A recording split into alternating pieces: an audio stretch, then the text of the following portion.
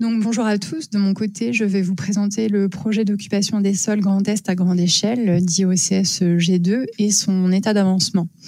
Donc, tout d'abord, ce qu'il faut retenir sur le projet, c'est qu'il s'agit d'une nomenclature assez riche, puisqu'on disposera d'une cinquantaine de postes sur 4 niveaux, avec un niveau supplémentaire d'imperméabilisation concernant uniquement les milieux artificialisés. Il s'agit de données à une échelle assez fine, puisque les UMC varient entre 300 m² et 1000 m², voire même de 50 m² à 250 m² pour l'imperméabilisation, et qu'elles ont été donc produites, qu'elles sont produites au 1500e environ pour l'urbain et au 3000e pour le rural. Ce qu'il faut retenir aussi, c'est qu'on disposera donc de données sur 2 millésimes ainsi que les évolutions, donc 2019, 2010 et les mutations. Bien évidemment sur l'ensemble des 10 départements du Grand Est, avec une production échelonnée de décembre 2019 à octobre 2021. Et enfin, les données seront diffusées librement en open data. Donc elles seront diffusées via la plateforme GeoGrand Est, en téléchargement ou sous forme de flux.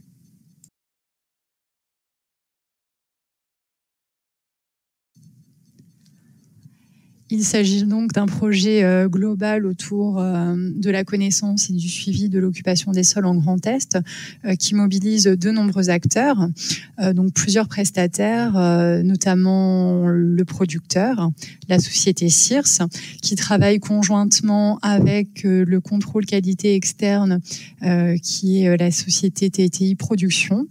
On a aussi recours à la société Carmap pour travailler sur les aspects de valorisation et de formation à l'usage des données. Et on a fait le choix aussi de recourir à 2 prestataires supplémentaires pour étudier les possibilités d'enrichissement des futures données sur des postes bien spécifiques. Donc on travaille également avec le CEREMA Nord Picardie sur l'enrichissement des zones d'activité économique à l'aide des fichiers fonciers, mais également avec la plateforme de surveillance satellitaire de l'Université de Strasbourg, donc dite A2S, sur la possibilité d'enrichir donc les données à partir de l'imagerie satellitaire. Donc là, le champ est un peu plus vaste sur différents postes, sur l'artificialisation, mais aussi sur des milieux naturels tels que les prairies. Et donc, bien évidemment, tous ces acteurs-là travaillent en lien étroit avec les chefs de projet, mais surtout avec le groupe projet régional qui a été constitué dès le démarrage et qui est composé d'une vingtaine à peu près de structures régionales et locales.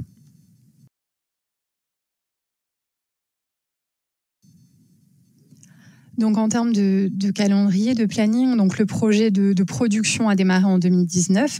Bon, à noter que le projet avait démarré en 2016 au niveau de l'assistance à maîtrise d'ouvrage et d'études des besoins. Donc cette année seront produits les départements 67, 88, 57 et 54. À noter que le département 67, les données devraient être disponibles d'ici fin septembre.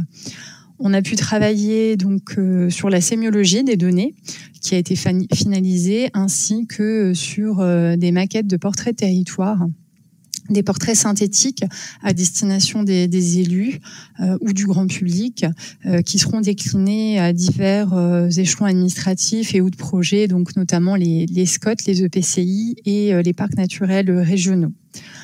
Donc, on travaille également en ce moment même avec la société Carmap sur le contenu de formation à l'usage des données, qui était pensé initialement en présentiel, mais qui, au moins pour cette année, seront à distance. Et donc, on les imagine sous la forme de petites vidéos tutoriels, assez courtes selon des thématiques et des cas d'usage bien précis.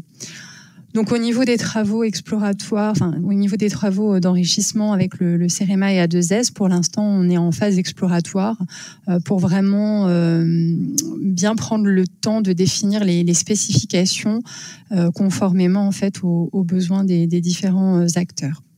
Et donc, on envisage aussi d'ici la fin de l'année, et donc notamment suite à la disponibilité des premières données, une campagne de communication sur le projet.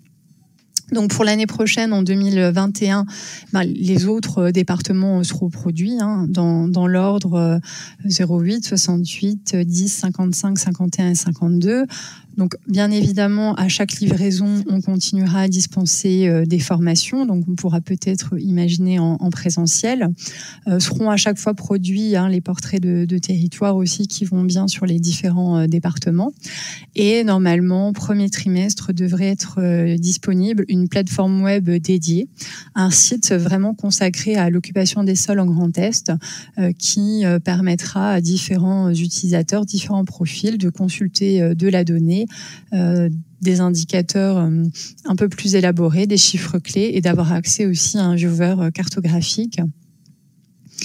Donc voilà, on travaille actuellement sur son contenu. Et donc, selon les résultats des phases exploratoires sur les travaux d'enrichissement, on engagera ou non la production des différentes données. Le projet ne s'arrêtera pas fin 2021 puisqu'il perdurera encore au moins jusque fin 2022 avec la poursuite de formation, la production de données si on a fait le choix de les produire de manière annuelle, donc pour les données d'enrichissement, j'entends, et pourquoi pas poursuivre sur d'éventuels travaux de valorisation selon les besoins qui seront identifiés en fait au sein du groupe projet.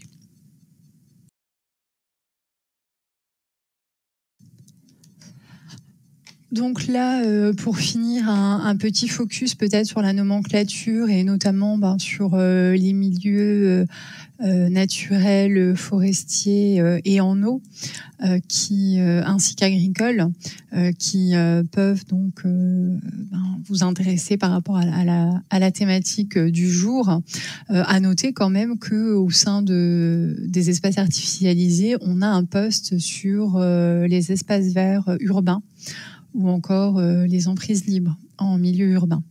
Donc on voit finalement qu'on a donc une nomenclature assez riche, dont je vous invite à prendre connaissance. Vous pouvez retrouver la nomenclature dans le détail sur la page projet Géo-Grand Est, avec le contenu des différents postes, leur définition, les règles aussi de photo-interprétation pour identifier ces milieux, avec les différentes unités minimales de collecte, mais aussi les différentes largeurs minimales de collecte.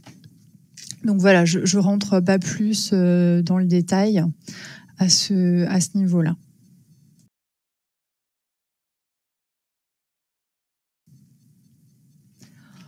Donc pour finir, je vous ai mis les coordonnées donc des chefs de projet donc côté État et côté région. N'hésitez pas à nous contacter pour toute demande d'information et ou de compléments.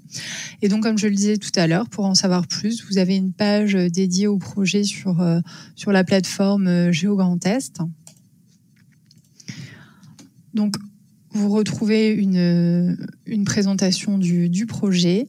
Les dernières ressources, donc avec notamment le guide de photo-interprétation et la présentation de la nomenclature dont je vous faisais part tout à l'heure, mais également l'ensemble des comptes rendus et supports de présentation des différentes réunions qui ponctuent le projet, les dernières actualités, l'agenda également. Donc voilà, donc n'hésitez pas à aller le consulter ou à nous contacter au besoin.